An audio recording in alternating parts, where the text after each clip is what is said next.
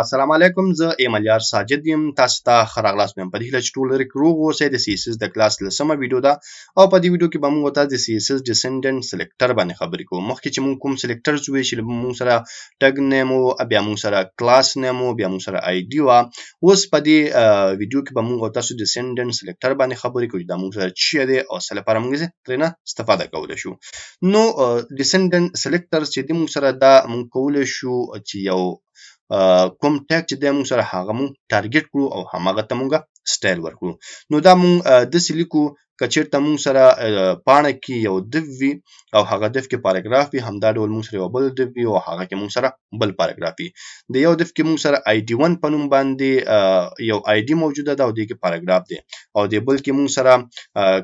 د ون باندې یو کلاس موجود دی او هغه کې موږ سره هډ 1 دی. خو که چېرته زه غواړم چې همدغه ډایرکټ همدغه پی له زه ویلیو ورکړم، نو که چېرته موږ سره پاڼه کې هر څومره پی موجود وي هغه ټول به ویلیو واخلي، یعنې ټول پاراګراف به د هماغه پراپرټیز اخلي د سی اس اس کوم چې موږ ورکړی. خو که غواړو چې ډایرکټ همدا ټارګټ کړو، نو موږ به لومړی د دې د دف چې کوم آی ډي ده هغه به لیکو او فاصله به ورکوو، بیا به د دې نوم لیکو. لیکل نه وروسته چې کله موږ کلر ورکوو یا هم هره پراپرټي چې د سی اس اس ورکوو هغه به صرف په دې باندې اپلای کیږي. یا که چېرته دلته لاندې اگزامپل ته وګورو، که چېرته موږ سره پاڼه کې یو دف 1 موجود وي،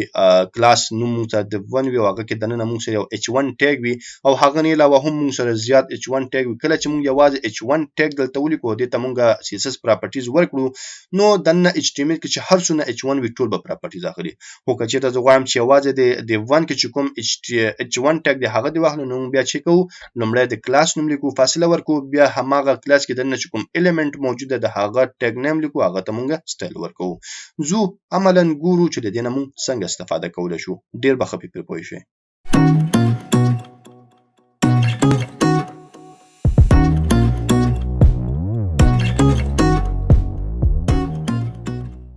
نو یو ځل بیا هم لکه څنګه چې تاسو ګورئ، ما اتم فایل هم اخیسته descendant.html په نوم باندې. دا زموږ نننی درس دی او دلته ما بیا هم د HTML بیسک سټرکچر اخیستی. ډاک ټایپ دی موږ سره چې براوزر ته وایي چې دا کوم ډول ډاکومنټ دی. HTML ټیګ مې اخیستی، HTML ټیګ مې دننه هډ ټیګ اخیستی او دلته ما ټایټل ورته اخیستی. د پاڼې لپاره ما ډیسندنټ سلیکټر لیکلی، بیا مې هډ کې دننه سټایل اخیستی تر څو موږ د سی اس اس کوډ لیکو او هډ 1 ټیګ مې بیرته کلوز کړی. باډي مې اخیستی، باډي مې د بیرته کلوز کړی او اخر کې مې HTML ټیګ هم کلوز کړی. اوس راځو باډي ته دننه او دلته زه اخلم دف او کلاس ورکوم ورته چې دف 1. زموږ د کلاس نوم دف 1 شو او دلته دننه یو پی اخلم او دلته ورته لیکل کوم. اوس په همدې ترتیب لاندې راځم، یو بل دف اخلم او دې ته زه کلاس نه ورکوم بلکې دې ته زه آی ډي ورکوم. تاسو کلاس هم اخیستلی شئ، خو ما تاسو ته د کلاس او د آی ډي ترمنځ فرق ویلی. که بیا هم تاسو هغه ویډیو نه وي کتلی، بره لینک زه تاسو له پرېږدم یا ډسکرپشن کې هم لینک شته، تاسو کولی شئ هغه وګورئ. نو زه دې له ورکوم دف 2. دف 2 دا زموږ آی ډي شو او دف 1 زموږ کلاس شو. اوس راځم دې کې هم دننه زه یو پی ټیګ اخلم او پی ټیګ کې دننه مونږ یو پاراګراف لیکو. اوس چې کله زه دا سیف کړم راشم ریلوډ، نو تاسو ګورئ چې زموږ کوم پاراګراف دی هغه دلته موږ سره شو. اوس که چېرته زه راشم خپل هماغه HTML فایل ته او زه غواړم چې دې ته زه سی اس اس ورکړم، نو دلته راځم سټایل ته. د سټایل کې راځم ټیګ نیم لیکم چې پی ده او پی ته وایم چې ته څه وکړه کلر واخله، خو موږ سره کوم کلر واخله؟ ریډ کلر واخله. کنټرول اس سیو مې کړو، کله راشو ریفریش، نو تاسو ګورئ هو دا خو موږ سره ټول په کوم رنګ چې موږ ورکړی هغه په دې ټولو باندې اپلای شو. نو که چېرته تاسو سره په دې HTML کې هر څونه پی ټیګ موجود وي هغه ټولو باندې به دا رنګ اپلای کیږي. اوس زه وایم چې نه، ماته یوازې دغه یو دغه رنګ دې ته اپلای شي، دې بل ته دې نه شي، نو هغه لپاره به موږ ډیسندنټ سلیکټر نه کار اخلو. څنګه؟ نو تاسو ګورئ چې دا موږ سره په یو کلاس کې موجود دی چې هغه کلاس دی موږ سره دف 1. زه دا د سره پاک کوم او تاسو ته د سره لیکم چې په ښه په صفه پوه شئ.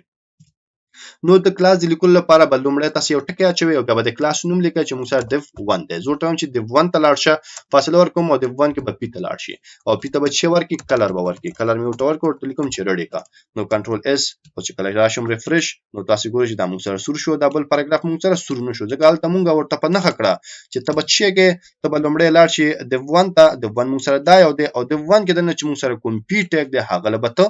رنگ ورکړي او کوم رنگ ورله ورکړي سور رنگ همدا ډول زه راتلی شم دې ته ورکوم چې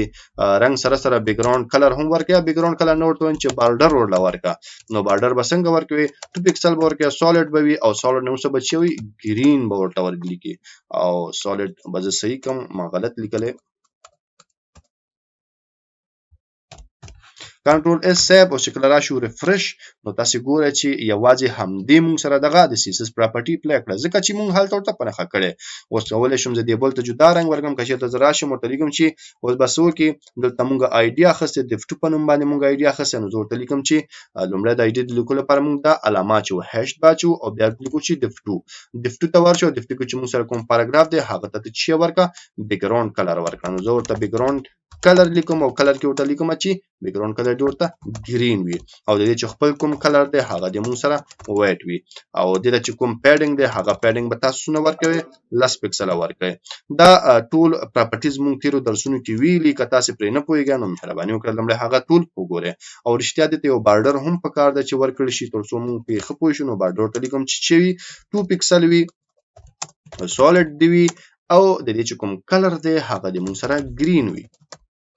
نو کنټرول اس سیو مې کو چې راشو ریلوډ ګورو چې څه پکې راغلي دي اوه نو تاسو ګورئ چې د دې کوم بیک ګراوند کلر دی هغه هم مون سره ګرین شو کلر د دې مون سره سپین شو که تاسو دا وګورئ دا ګوره د بارډر سره لګیدل او د جدا د ځکه د تمغه پیډینګ ورکړی دی او د دې چې کوم بارډر کلر دی هغه ما ګرین ورکړ نو ګرین خو په ګرین کې نه ښکاري نو د لا بځ ورکم چې بلیک کړه کنټرول اس سیو مې کو چې کله ریفرش کړو تاسو ګورئ چې هغه مون سره بلیک راغی یعنی چې کله تاسو غواړئ دننه یو دف کې یو ټیګ پنهخه کړئ تاسو کولای شئ د دې څخه کار واخلئ هو دا دوه پورې مربوط نه تاسو کولای شئ د کې دریم هم لیکم مثال ورکوم چې دلته چې کوم سپین ټیګ دی هغه لا ورکا نو زه شراشم دلته دا دویم پاراګراف دی مو سره دویم پاراګراف کې دلته راځم یو سپین ټیګ اخلم نو دلته لیکم چې سپین او دلته راځم دا سپین ټیګ دی دلته کلوز کوم اوس بس وکی اوس براشي اول دا آی ډي پیدا کړي آی ډي چیرته موږ سره دا یو دی د کې دنه پاراګراف پیدا کړي پاراګراف کوم یو دی موږ سره دا یو دی او د کې دنه به موږ سره سپین پیدا کړي سپین کوم یو دی دا یو دی او د ته به هغه کوم کلر او کوم ډیزاین چې موږ کړی هغه به صرف او صرف د سپین ټیګ کې دنه چې لیکل شوی دی ته به اپلای کیږي کنټرول اس سیو ریلوډ نو تاسو ګورئ چې کوم یو امونګ لپنخه کړي او یوازې هماغه کې دغه ډیزاین نه اپلای شو نو تاسو چې هر څونه دنه بوتله شي پکې بوتله شي اګه دلته راشم زه ورته بل یو واخلم چې ورته لیکم سترونګ نو بیا ځکه کولای شم چې الته ورشم سترونګ ورته لیکم دلته راشم سترونګ ولا بیرته کلوز کوم دا چې سترونګ شته وي دا ما مخکې تشریح کړه تاسو کې HTML درسونه نیو کتل هغه وګوره نو ټایم چې سپین کې دنه چته راشه سترونګ ته ورشم سترونګ ته به ورشي او هغه کوم ډیزاین چې موږ ورکړي هغه به پری اپلای کړي نو دا موږ سره ډیسندنت سلیکټرو خو دې وګورئ چې پر پوښوي اوسه ډیر زیات ګټور دی او ډیر زیات استعماليږي نو تر بیا چې راځم تاسو په خوده سپارم ما په دعاګانو کې ساتي د خوده پامان